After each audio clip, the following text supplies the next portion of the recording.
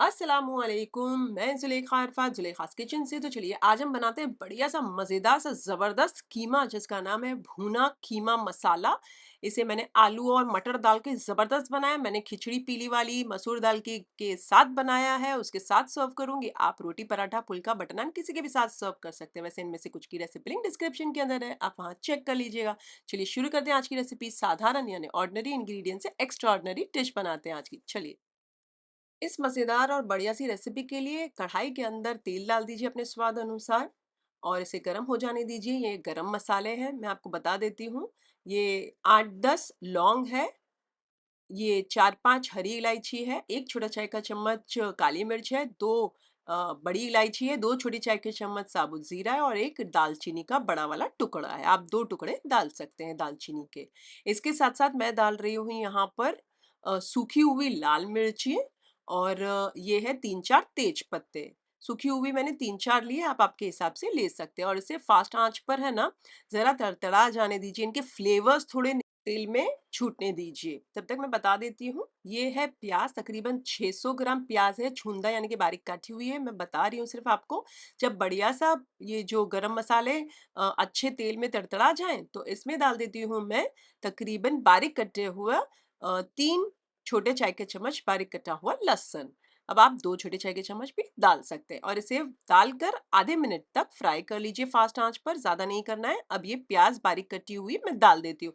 तकरीबन जैसे मैंने कहा 600 ग्राम प्याज है, क्योंकि हमारा 1 किलो का गोश्त है। इनफैक्ट मेरा थोड़ा सा 1 किलो कीमे से ज़्यादा ही है, बट आप 1 किलो तक का गोश्त के लिए कीमे के लिए बना सकते हैं।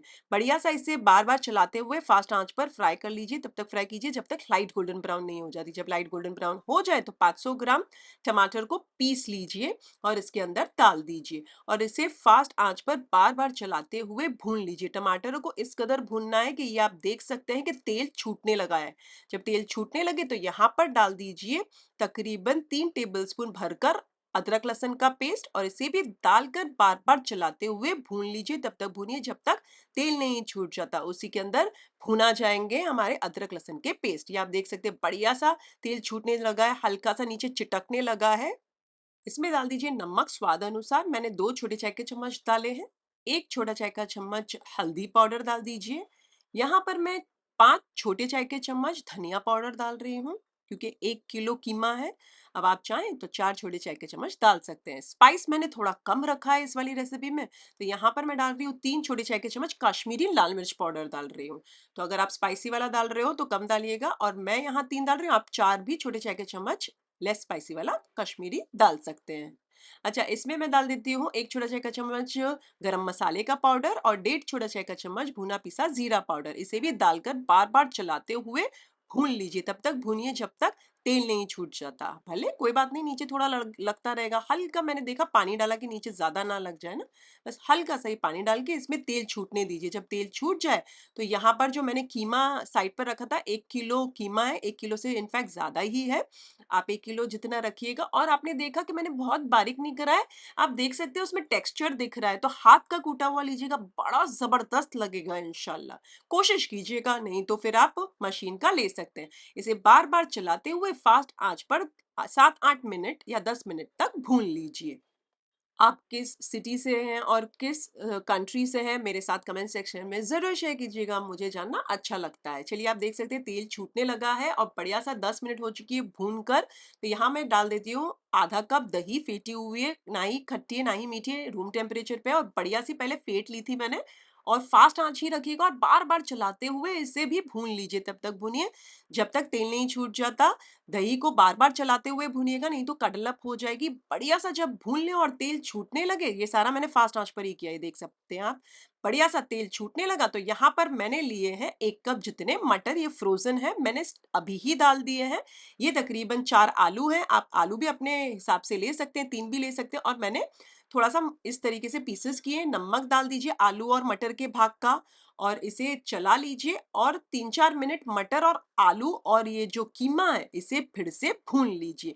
तब तक फिर से भूनिए जब तक तेल नहीं छूट जाता। 3-4 मिनट और लगेगी, तकरीबन मैंने टोटल 5 मिनट फिर से पकाया। भून रही है उसी के ही दरमियान में ना 1.5 या 2 छोटी चाय के चम्मच सूखी हुई कसूरी मेथी को हाथों की मदद से क्रश करके डाल दीजिए। बहुत अच्छे से चला लीजिए। अच्छा, आपको जैसे मैंने कहा, मैंने सिर्फ 3 छोटा चाय का चम्मच ही, वो भी लेस स्पाइसी वाला, लाल मिर्ची का पाउडर डाला है। तो आप 4 छोटे चाय के चम्मच डाल सकते हैं, या फिर आप मेरी तरह है ना इन बिटवीन 2 हरी मिर्चियों को मैंने थोड़ा मोटा-मोटा काट कर डाल दिया है स्पाइस के लिए, तो आप इस तरीके से भी कर सकते हैं। इसे बढ़िया सा मैंने मिक्स कर लिया। अब 4 से 5 मिनट हो गए हैं, दरमियान में ये 2 चीज़ डाल दी थी तो मैंने, और हल्का-हल्का नीचे चिटकने लगा है, तो बस यहाँ मैं पानी डाल देती हूँ। आप आपके हिसाब से डाल सकते हैं पानी। आपको थोड़ा ज़्यादा थिक रखना है तो आप 1 डेढ़ कप जितना डालिए, 1 कप डालिए। मैंने 2 कप डाले हैं क्योंकि आलू भी बॉयल होना है और मटर भी गलने हैं और कीमा थोड़ा-सा और होना बाकी है। वैसे तो बहुत ज़्यादा ऑलमोस्ट यहाँ तक आए तक कीमा हो चुका है।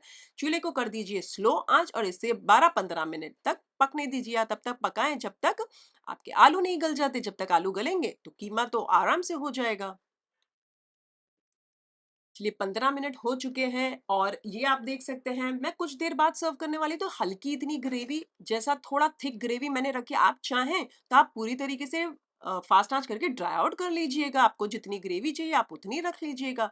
मैंने एक नींबू का रस निचोड़ कर डाला है, मीडियम साइज का नींबू था, और कोथमीर यानी कि हरा धनिया मजेदार सा डाल दीजिए। 3-4 हरी मिर्चियों को स्लिट मारकर या बारीक काट कर डाल दीजिए।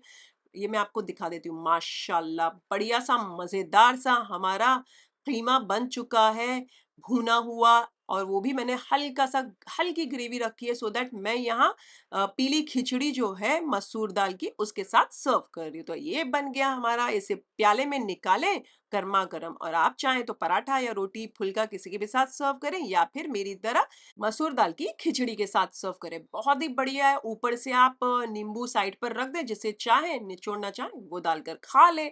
अच्छा, ये हरी मिर्ची भी आप चाहें तो बारीक काट कर डाल सकते थे, बट आपको जितना स्पाइसी है वो आप आपके हिसाब से देख लीजिए, एडजस्ट कर लीजिए। और लाल मिर्ची का पाउडर और हरी मिर्ची इस रेसिपी में अपने स्वाद अनुसार डालिए, और जब आप प्लेट में निकालें तो बढ़िया सा नींबू निचोड़िएगा और फिर पराठा या इसके साथ खाइएगा, खिचड़ी के साथ मजा आ जाएगा।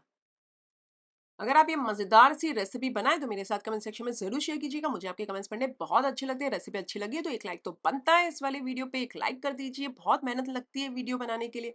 उससे ज़्यादा अच्छी लगी हो तो अपने फैमिली और फ्रेंड्स में इस वाली वीडियो के लिंक ज़रूर फॉरवर्ड कीजिएगा। अगर आप बनाएँ और इंस्टाग्राम पर मुझे टैग करना चाहते हैं, बेशक टैग कीजिए भाई। मेरा इंस्टाग्राम आईडी है ज़ुलेखास किचन रेसिपीज़। फिर से हाज़िर होंगी नई शानदार, दमदार, मज़ेदार, इसी तरीके से लज़्ज़तदार रेसिपी के साथ। अंटिल देन टेक केयर, अल्लाह हाफ़िज़, बाय बाय, एन्जॉय।